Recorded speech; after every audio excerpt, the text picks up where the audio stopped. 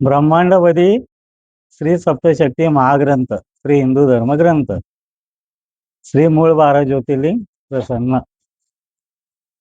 15/5/1996 बुधवार या दिवसाचं बघू आपण. श्री दिव्यत्व शक्ती या स्वयंभू नसून त्यांना एका वेगळ्या शक्तीने निर्माण केलेले आहे. म्हणजे दिव्यत्व शक्ती ज्या आहेत, नवशक्ती, त्या स्वयंभू नसून वेगळ्या शक्तीने त्यांना निर्माण केलेलं आहे. तो ब्रह्मांड निर्मितीसाठी श्री दिव्यत्व शक्ती यांनी नंतर बाकी 8 शक्ती निर्माण केलेल्या आहेत. त्यानंतर दिव्यत्व शक्ती यांनी ब्रह्मांड निर्मिती करण्यासाठी अजून वेगळ्या 8 शक्ती निर्माण केलेल्या आहेत. अशा प्रकाराने श्री दिव्यत्व शक्ती या एकूण 9 शक्ती आहेत व या सर्व 9 शक्ती यांनी संपूर्ण ब्रह्मांड निसर्ग हा निर्माण केलेला आहे. श्री दिव्यत्व शक्ती ही स्वतः स्वभावाने अतिशय भोळी बाबडी आहे व त्यांनी श्री मायावी शक्ती म्हणजे श्री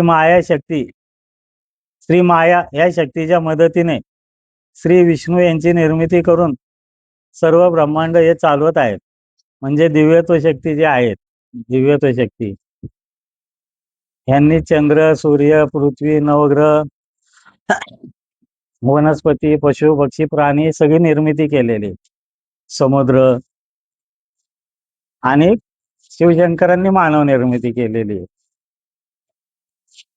श्री माया म्हणजे श्री विष्णू यांच्या मदतीने श्री दिव्यत्व शक्ती हे कार्य करीत असून श्री विष्णू यांच्या मदतीने ब्रह्मांडामध्ये सर्वत्र पशु, पक्षी, प्राणी वगैरे जीवसृष्टी निर्माण करून ते सर्वत्र ब्रह्मांडामध्ये माया पसरवून राजकारण वगैरे घडवून आणून त्यांच्या निर्मितीच्या अनेक दैवदैवतांच्याकडून ब्रह्मांडाचे कार्य श्री विष्णू हे सांभाळत चालवत आहेत.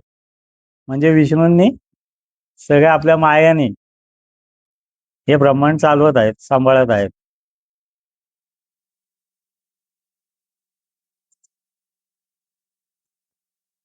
श्री परमेश्वरी 7 शक्ती या देखील स्वयंभू नाहीत, त्यांना देखील एका वेगळ्या शक्तीने निर्माण केलेले आहे. म्हणजे परमेश्वरी शक्तीला पण निर्माण केलेलं आहे. श्री परमेश्वरी 7 शक्ती हे अतिशय धोरणी, कावेबाज, राजकारणी व हुशार असून श्री परमेश्वरी 7 शक्ती मिळून श्री शिवशंकर यांची निर्मिती व अवतार झालेला आहे. परमेश्वरी 7 शक्ती मिळून श्री शिवशंकर हे निर्माण झालेले आहे. श्री शिवशंकर यांनी ब्रह्मांडामधील प्रत्येक पृथ्वीवर मानव, स्त्री व पुरुष निर्मिती करून ब्रह्मांड चालवत व सांभाळत आहेत. शिवशंकरांनी प्रत्येक पृथ्वीवर स्त्री व पुरुष मानव निर्मिती करून ते ब्रह्मांड चालवत सांभाळत आहेत. कोण? शिवशंकर. व श्री विष्णू हे मायावी शक्तीच्या मदतीने म्हणजे मायावीपणाने ब्रह्मांडामध्ये वेगवेगळे राजकारण घडामोडी घडवत आहेत. विष्णू काय करतात? आपल्या मायेने म्हणजे त्यांची जी माया आहे त्याने ब्रह्मांडामध्ये वेगवेगळं राजकारण घडामोडी हे सगळं घडवत आहेत. निसर्गामध्ये वेगवेगळे रंगढंग भरत आहेत. पानामध्ये, फुलामध्ये, माणसांमध्ये, स्त्रियांमध्ये जे रंगढंग आहे स्वभावाचे सगळे भरत आहेत. व मानवामध्ये स्वभावाचे रंगढंग, हावभाव भरत आहेत. माणसांमध्ये पण ते नाही का, प्रत्येकाचा वेगळा स्वभाव असतो, सगळं वेगवेगळं भरत आहेत. व श्री शिवशंकर हे त्या घडामोडी राजकारण मिटवत निस्तरत असतात. म्हणजे विष्णू जे राजकारण करतायत ते शिवशंकर हे आपलं निस्तरतायत. म्हणजे त्यांनी जे काय करतायत ते आपलं यांचं निस्तरायचं काम करतात. व त्यांच्या राजकारणामध्ये ज्याची खरी बाजू खरे असेल त्याला सत्य न्याय मिळवून देत आहेत. म्हणजे शिवशंकर हे काय करतात? ज्याचं खरं असेल, सत्य असेल त्यालाच न्याय मिळवून देतात, त्याला मदत करतात. सत्याच्या बाजूने, खऱ्याच्या बाजूने राहून त्यास न्याय मिळवून देत असून त्यांचे रक्षण करीत आहेत. म्हणजे ज्याचं खरं आहे त्याच्याच पाठीमागं शिवशंकर हे उभे असतात, खोट्याच्या मागं नाहीत. ज्याचे खरे बाजू खरे असेल त्याला सत्य न्याय मिळवून देत आहेत. सत्याच्या बाजूने खऱ्याच्या बाजूने उभे राहून त्यास न्याय मिळवून देत असून त्याचे रक्षण करीत आहेत. ते धर्म टिकून म्हणजे धर्म सत्य याचा सांभाळ रक्षण करीत आहेत.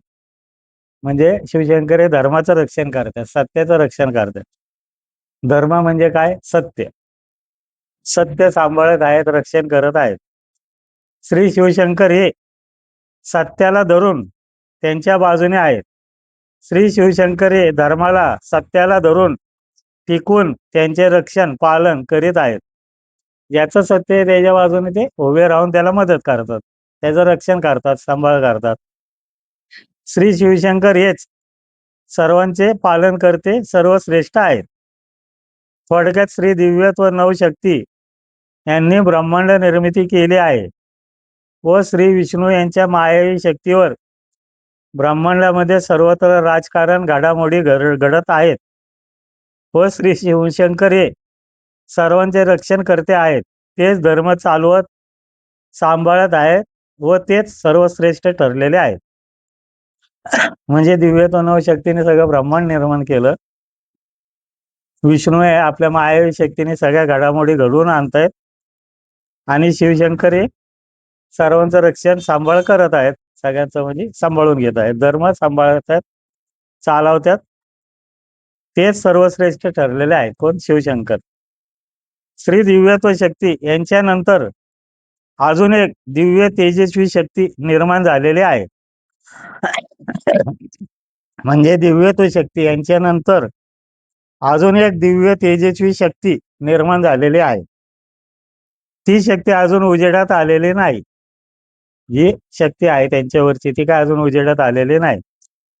ती उजेडात समोर येणार आहे.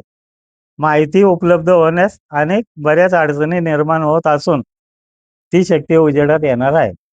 म्हणजे ती शक्ती उजेडात येण्यासाठी अनेक अडचणी निर्माण होत आहेत, पण ती शक्ती उजेडात होईल.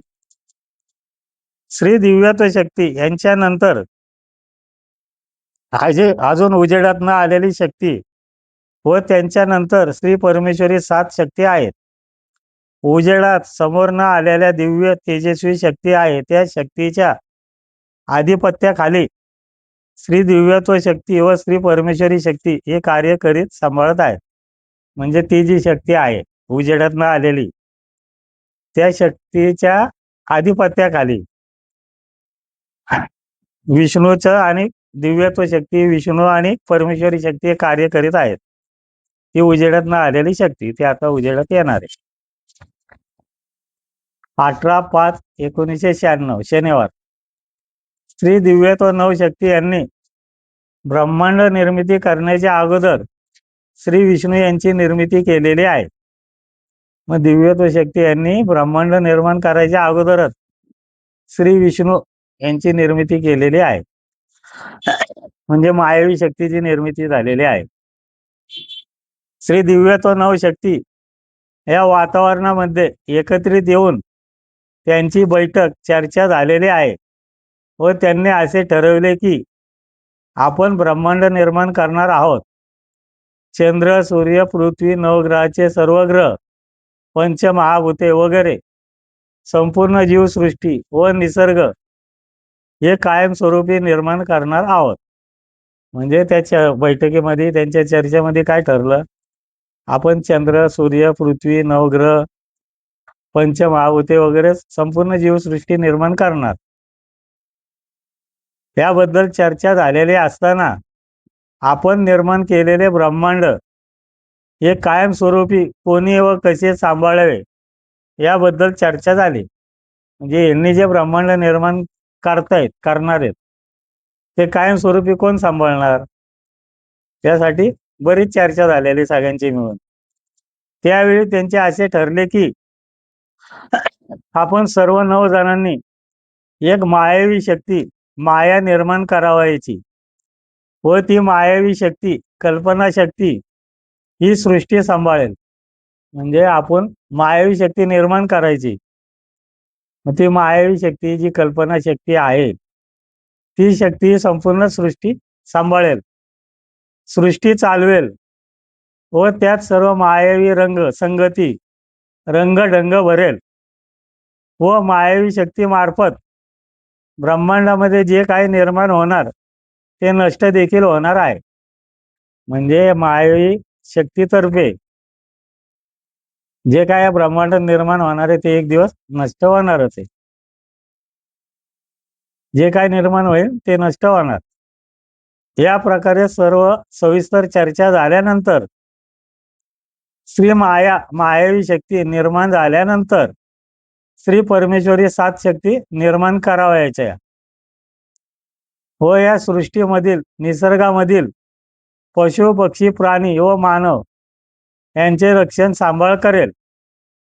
परमेश्वरी 7 शक्ती हे सगळं निर्माण झाल्यावर परमेश्वरी 7 शक्ती निर्माण करावायच्या व या सृष्टीमधील निसर्गामधील पशु पक्षी प्राणी व मानव यांचे रक्षण सांभाळ करेल.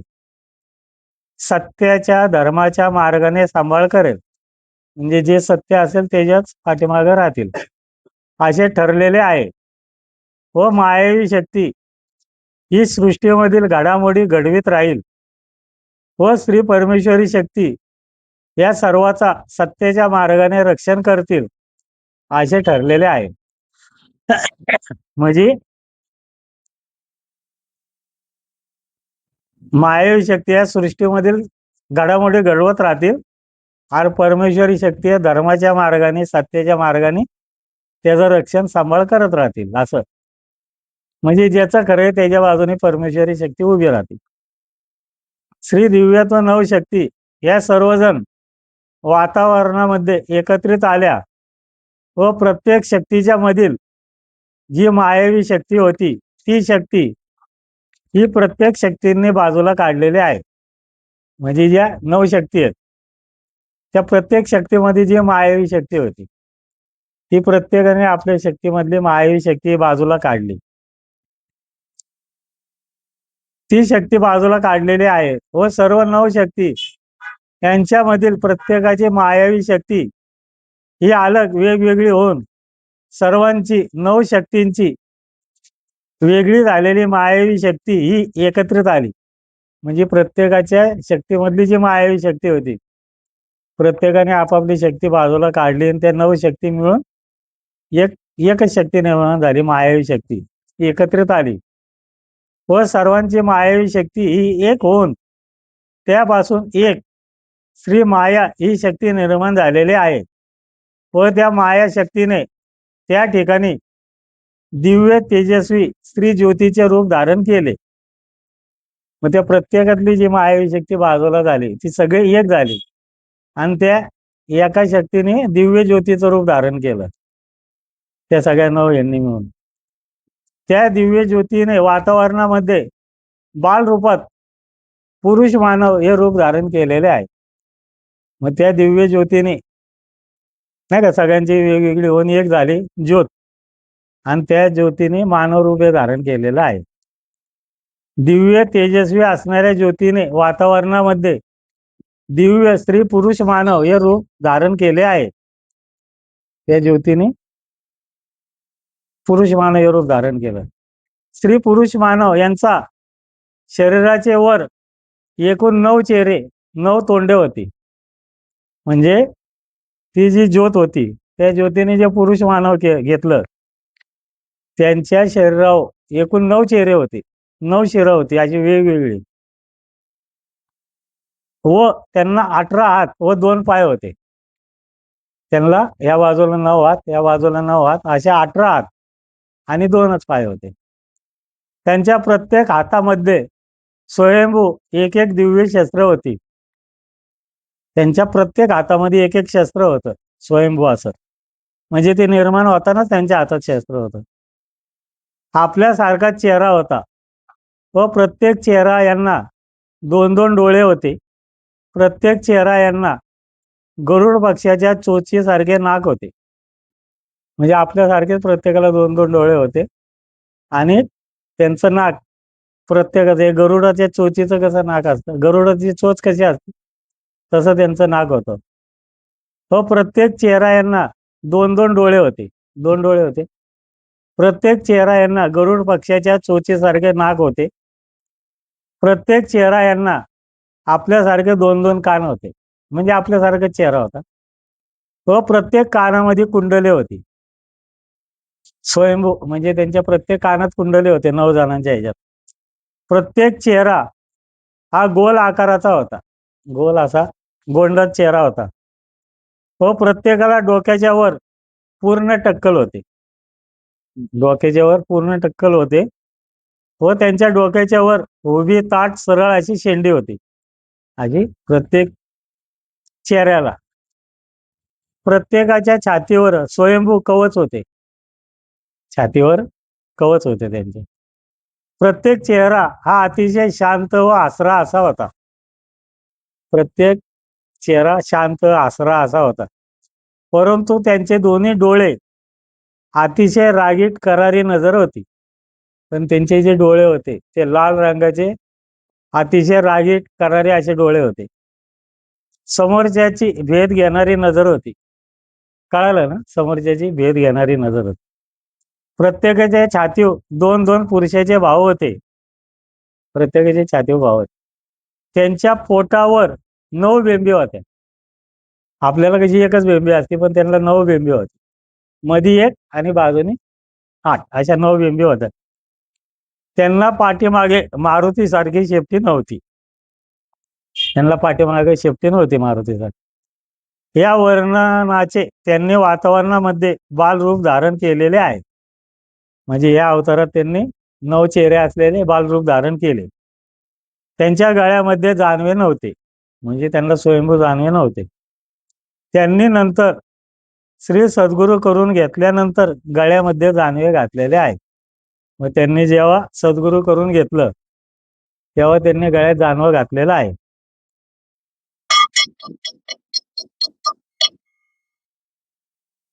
प्रत्येक अवतारी दैवत हे बालरूपामध्येच प्रकट होत असते. प्रत्येक अवतारी जे दैवत आहे ना ते बालरूपातच प्रकट होत असतं. नाही का आपण म्हणतो एकदम हे प्रकट झालं आणि ते प्रकट झालं, तसं काय नसतं. प्रत्येक अवतारी दैवत हे बालरूपातच प्रकट होऊन मग हळूहळू मोठं होतं. व प्रत्येक मानव प्राणी हा देखील बालरूपातच जन्माला येत आहे. प्रत्येक जण बालरूपातच जन्माला येतात. पशु पक्षी प्राणी काय असून द्यात. 21/5/1996 मंगळवार, पान नंबर 391.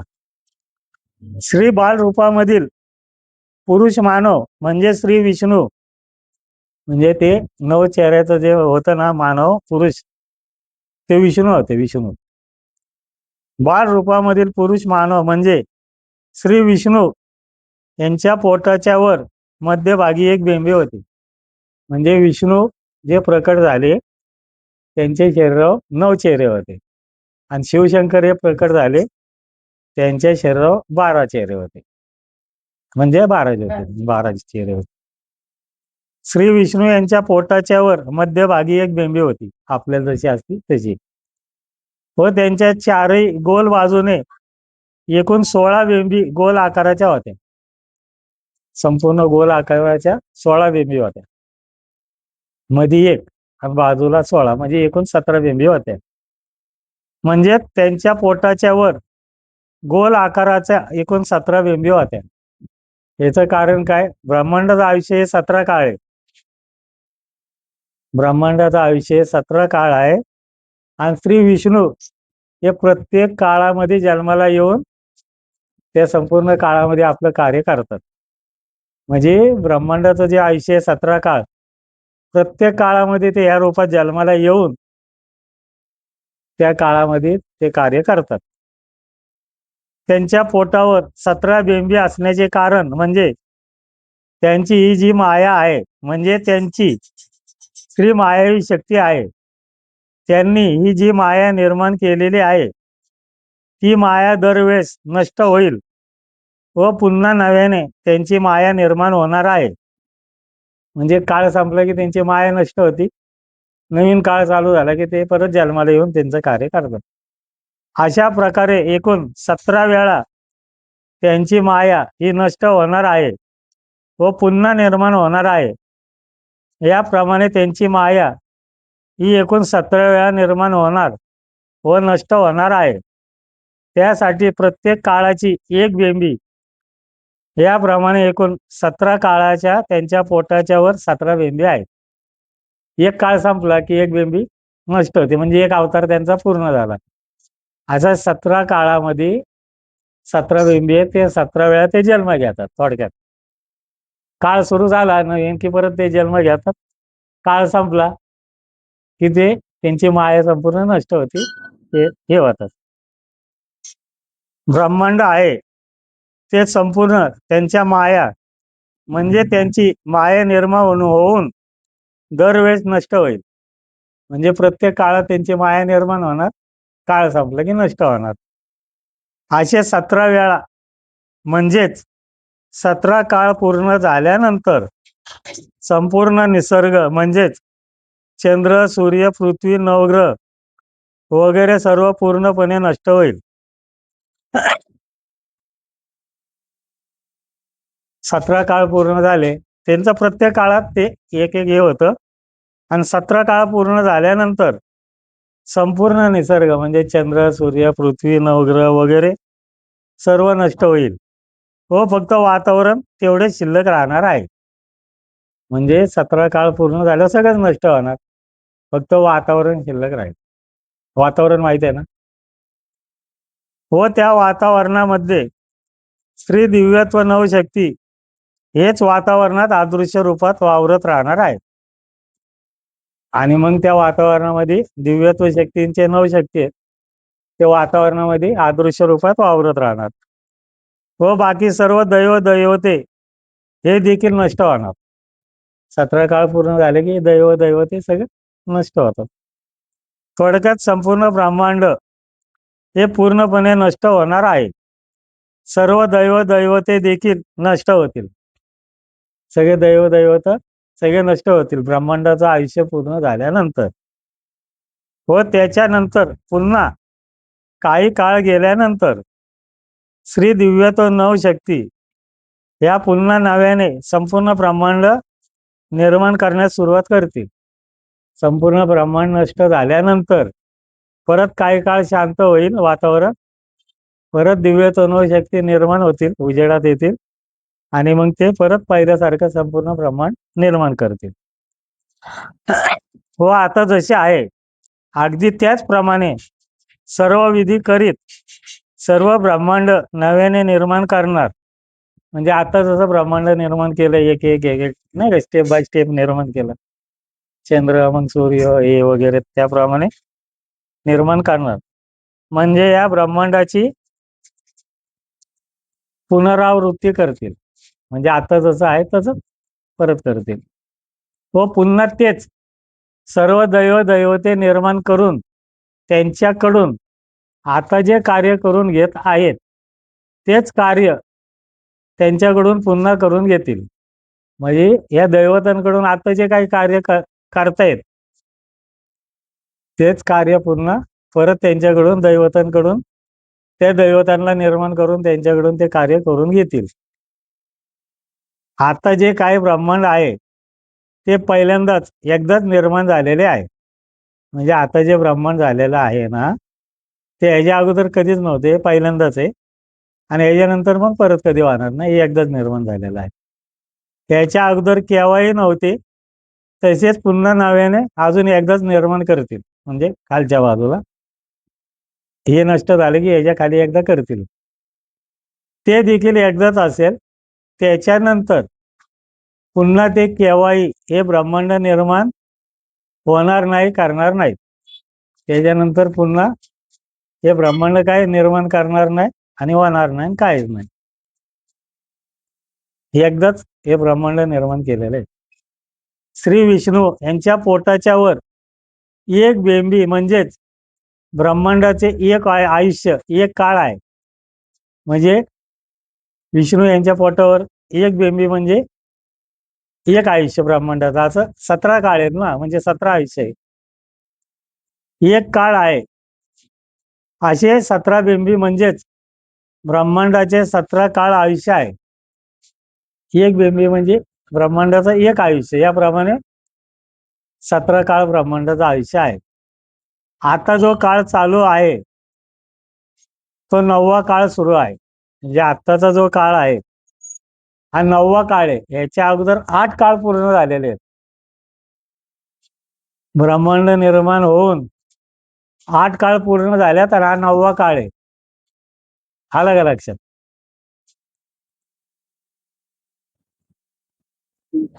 म्हणजे 8 काळ पूर्ण होऊन 9वा काळ सुरू झालेला आहे. म्हणजे ब्रह्मांडाच्या आयुष्याचे 17 काळापैकी 9वा काळ चालू आहे. व याच्या पुढे अजून शिल्लक 8 काळ येणार आहेत. याच्या पुढे अजून शिल्लक आहेत 8 काळ, ते येणार आहेत, असणार आहेत. व याच्या पुढचे 8 काळ पूर्ण झाले म्हणजे ब्रह्मांडाचे आयुष्य 17 काळ पूर्ण झाल्याबरोबर, म्हणजे ह्याच्यानंतर अजून 8 काळ आहेत. हा 9वा काळ पूर्ण झाल्यावर अजून 8 काळ शिल्लक आहेत. हा, आणि ते 8 काळ पूर्ण झाले ना अजून पुढचे, म्हणजे ब्रह्मांडाच्या आयुष्याचे 17 काळ पूर्ण होतील. ब्रह्मांडाचं आयुष्य संपल. पूर्ण झाल्याबरोबर, अजून 8 काळ पूर्ण झाल्याबरोबर लगेचच चंद्र, सूर्य, पृथ्वी, नवग्रह वगैरे सर्व जीवसृष्टी, निसर्ग पूर्णपणे नष्ट होईल. 8 काळ पूर्ण झाले की चंद्र, सूर्य, पृथ्वी, नवग्रह, वनस्पती, पशु, पक्षी, प्राणी, संपूर्ण जीवसृष्टी नष्ट होईल. हो, फक्त वातावरणच तेवढे शिल्लक राहील. वातावरण जे आहे ना ते शिल्लक राहील, बाकी सगळं नष्ट होईल. व त्याच्यानंतर काही काळानंतर स्त्री दिव्यत्व नवशक्ती पुन्हा या ब्रह्मांडाची नव्यानं पुनरावृत्ती करतील. मग सगळं शांत झाल्यानंतर, बरंच काही काळ गेल्यानंतर दिव्यत्व नवशक्ती परत प्रकट होतील आणि या ब्रह्मांडाची परत नव्यानं पुनरावृत्ती करतील. म्हणजे आता जसं एक एक एक एक निर्माण केलंय, तसे एक एक एक एक निर्माण करतील. ब्रह्मांडाच्या एका काळाचे आयुष्य साधारणपणे 34,000 कोटी वर्ष वगैरे आहे. ब्रह्मांडाचं एका आयुष्याचं आयुष्य किती आहे? साधारणपणे 34,000 कोटी वर्ष वगैरे असं आहे. आणि एक वर्ष आपलं 12 महिन्याचं एक वर्ष असतं ना, त्यांचं 33 महिन्याचं एक वर्ष आहे. म्हणजे 33 महिने पूर्ण झाले की एक वर्ष पूर्ण होतं त्यांचं. आपलं 12 महिने झालं म्हणजे 42,000 वर्ष साधारण पूर्ण झाले की एक आयुष्य होतं त्यांचं. श्री बाल रूपामधील श्री विष्णू यांच्या पोटावर एकूण 17 बेंबी होत्या. एक गोल आकाराची बेंबी मध्यभागी होती व बाकीच्या 16 बेंबी देखील गोल आकाराच्या होत्या. गोल गोल आकाराच्या, मध्ये एक आणि अशा 16. त्या 16 बेंबी, यामधली जी एक बेंबी होती त्याच्या सर्व बाजूने एक एक याप्रमाणे गोल आकारात 16 बेंबी होत्या. म्हणजे मध्ये एक बेंब, त्याच्या बाजूला अशा गोल आकाराच्या 16 बेंबी होत्या. अशा प्रकारे त्यांना एकूण 17 बेंबी असण्याचे महत्वाचे कारण म्हणजे त्यांची माया. म्हणजे त्यांचा जन्म हा एकूण 17 वेळा ते प्रकट होणार आहे. म्हणजे 17 बिंबी म्हणजे 17 वेळा ते प्रकट होणार आहेत. संपूर्ण ब्रह्मांडाचे आयुष्य हे एकूण 17 काळ असणार आहे. व प्रत्येक काळात त्यांचा जन्म म्हणजे ते प्रकट होऊन आपले मायावी कार्य करणार आहेत. म्हणजे प्रत्येक काळात ते प्रकट होणार आणि आपले मायावी कार्य करणार. ते ब्रह्मांडाचा एक म्हणजे पहिला काळ पूर्ण झाला असताना ब्रह्मांडामधील सर्व जीवसृष्टी, चंद्र, सूर्य, पृथ्वी, दैवते हे सर्व नष्ट होत असते. ब्रह्मांडाचा एक काळ पूर्ण झाला की ब्रह्मांडामधील संपूर्ण जीवसृष्टी, चंद्र, सूर्य, पृथ्वी, दैवते हे सर्व नष्ट होत असतात. हो, फक्त वातावरण शिल्लक असते. हो, श्री दिव्यत्व शक्ती यांच्या 9 शक्ती या वातावरणामध्ये अदृश्य रूपात वावरत असतात. बाकी सर्व जीवसृष्टी नष्ट होत आहे.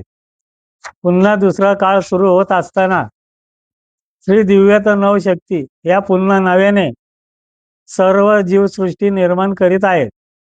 तसेच सर्व दैवते निर्माण करून पुन्हा नव्याने सर्व कारभार होत आहे व प्रत्येक काळामध्ये नव्याने पुन्हा श्री मायावी म्हणजे श्री विष्णू प्रकट होऊन आपले कार्य करणार आहेत.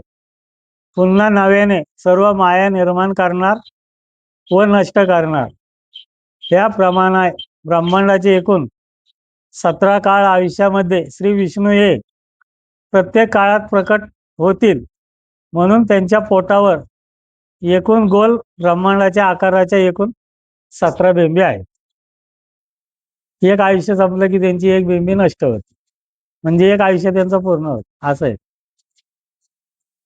आता एकूण 8 काळ पूर्ण होऊन 9वा काळ सुरू झालेला आहे व याच्या पुढे अजून हा 9वा काळ पूर्ण झाल्यानंतर अजून 8 काळ शिल्लक राहिलेले आहेत.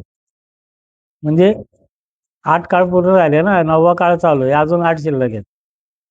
ते सर्व 8 काळ पूर्ण झाल्यानंतर म्हणजे एकूण 17 काळ ब्रह्मांडाचे आयुष्य पूर्ण झाल्यानंतर हे संपूर्ण ब्रह्मांड पूर्णपणे नष्ट होणार आहे. म्हणजे ब्रह्मांडाचं आयुष्य 17 काळ पूर्ण झाल्यानंतर हे संपूर्ण ब्रह्मांड पूर्णपणे नष्ट होईल.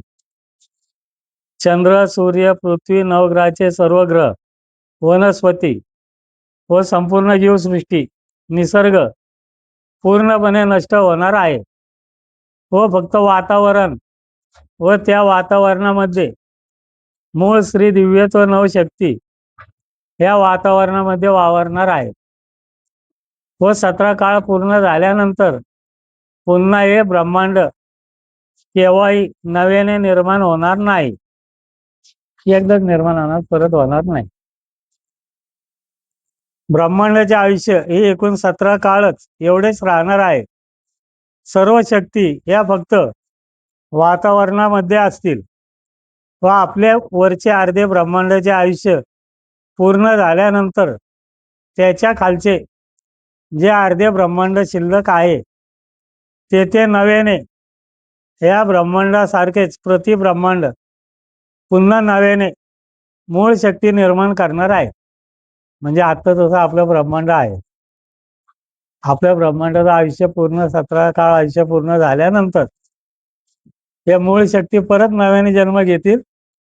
आपल्या खालचं जे ब्रह्मांड आता मोकळे अर्ध, तिथं पुन्हा नव्याने हेच प्रतिब्रह्मांड म्हणजे आता जे आहे तेच परत निर्माण करतील. पुन्हा नव्याने मूळ शक्ती निर्माण करणार आहे. तेथे देखील आपल्याप्रमाणेच सर्व चंद्र, सूर्य, पृथ्वी, नवग्रह, पशु, पक्षी, प्राणी, मानव, वनस्पती वगैरे संपूर्ण जीवसृष्टी, निसर्ग, सर्व दैवते, अवतार पुन्हा हे सर्व नव्याने निर्मिती होणार आहे. म्हणजे या ब्रह्मांडात जे काही निर्माण झाले ते सगळं खालच्या ब्रह्मांडात निर्माण होणार. 17 काळ पूर्ण झाल्यावर नव्याने खाली होईल व त्यांचे देखील 17 काळच आयुष्य असणार आहे. त्याचे देखील 17 काळच आयुष्य असणार आहे. प्रत्येक काळाचा कालावधी हा वेगवेगळा आहे. 17 काळापैकी प्रत्येक काळाचा कालावधी हा वेगवेगळा आहे. एक काळ पूर्ण झाल्यानंतर नवीन दुसरा काळ सुरू होत आहे. म्हणजे एक काळ पूर्ण झाला की मग दुसरा काळ चालू होतो. 22/5/1996 बुधवार. श्री दिव्यत्व नवशक्ती व इतर शक्ती हे नवीन माहिती उपलब्ध होऊ देत नाहीत. म्हणजे ते काय पुढची माहिती गप्प बसले, काय बोलायचं आहे नाही. 17 काळामधील प्रत्येक एका काळाचे ठराविक आयुष्य उजेडात येऊ देत नाहीत. म्हणजे जे काय प्रत्येक काळाचं आयुष्य ते काय सांगत तयार नाहीत, सांगत नाहीत. म्हणजे दिवसभर अनंत अडचणी होऊन त्यांनी काय कुठलीच माहिती सांगितली नाही. मग त्यांची बरीच समजूत काढली. कोणाची? हे शक्तींची. मग त्यानंतर ते माहिती द्यायला तयार झाले की बाबा उद्या देतो आम्ही तुम्हाला माहिती. म्हणजे ते काय माहितीच सांगायचं आहे, मी अडवून बसलो सगळे. 24/5/96 शुक्रवार. शुक्रवार. हा, पान नंबर 393. ब्रह्मांडाचे आयुष्य हे 17 काळ आहे ना. ब्रह्मांडाचं आयुष्य किती आहे? 17 काळ आहे. व त्यापैकी पहिला काळ आहे त्या काळाचे आयुष्य कालावधी हा सर्वात जास्त आहे. पहिल्या काळाचा कालावधी हा सर्वात जास्त आहे. व त्यानंतरचे जे 16 काळ आहे त्या प्रत्येक काळाचा कालावधी आयुष्य हे कमी जास्त आहे. म्हणजे पहिल्या काळाचं आयुष्य जास्त आहे, त्याच्यानंतरचे मग जे 16 काळ आहे त्याचं आयुष्य कमी जास्त आहे. पण ब्रह्मांड निर्माण करायला 16,34,000 वर्ष लागलेले, म्हणजे त्याच्या 2.25 पट करा. ब्रह्मांड निर्माण करायला त्याच्यानंतर ब्रह्मांडाचं 17 काळ आयुष्य सुरू झालेलं आहे. म्हणजे ब्रह्मांड निर्माण करायला तेवढा कालावधी लागला. मग ब्रह्मांडाचं 17 काळ पूर्ण झाल्यानंतर ब्रह्मांड नष्ट करायला देखील 16,34,000 वर्ष लागणार आहेत. म्हणजे निर्माण करायला तो कालावधी आणि ब्रह्मांडाचं आयुष्य पूर्ण झाल्यानंतर ब्रह्मांड नष्ट करायला तेवढा कालावधी लागणार आहे. म्हणजे जसं जसं निर्माण केलं नाही का, एक एक एक एक एक एक तसं एक एक एक एक एक एक नष्ट करत जाते.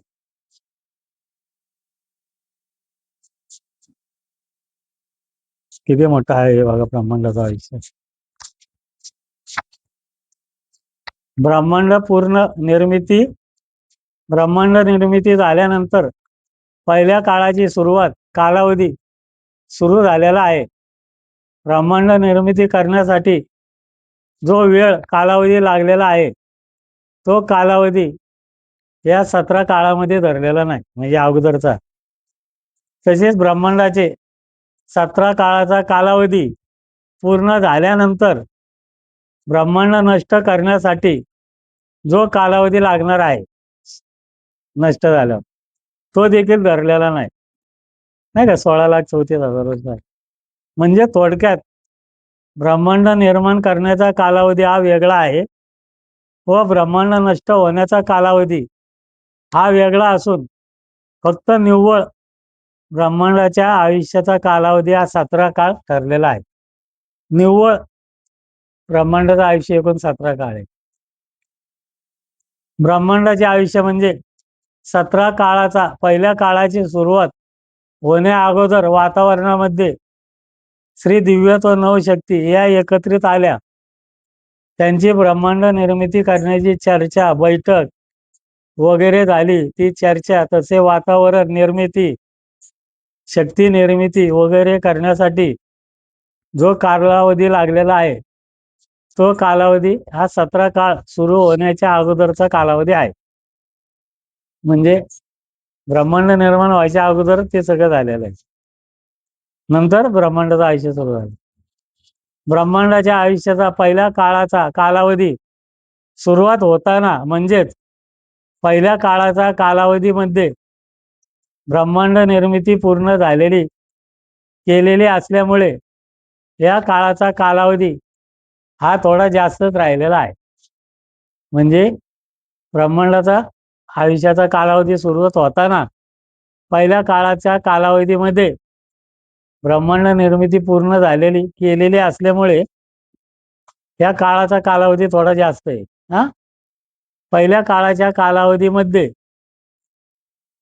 समुद्राच्या पाण्यामधील मासा, सूर्यफूल, चंद्र, सूर्य, पृथ्वी, नवग्रहाचे ग्रह, पशु पक्षी, प्राणी, वनस्पती निर्मिती तसेच श्री दिव्यत्व शक्ती यांनी निर्माण केलेली दैव दैवते, सर्व प्राण्यांच्या साठी दैव दैवते यांची निर्मिती झालेली आहे. पहिला काळ सुरू होण्याच्या अगोदर ही सगळी निर्मिती झालेली आहे. श्री मायावी शक्ती म्हणजेच श्री दिव्यत्व नवशक्ती यांची मायावी दैवते यांची निर्मिती व या सर्व दैवतांचे कार्य देखील पहिल्याच काळाच्या कालावधी मध्ये सुरुवात झालेली आहे. म्हणजे सुरुवातीच्या काळामध्ये हे सगळं घडलेलं.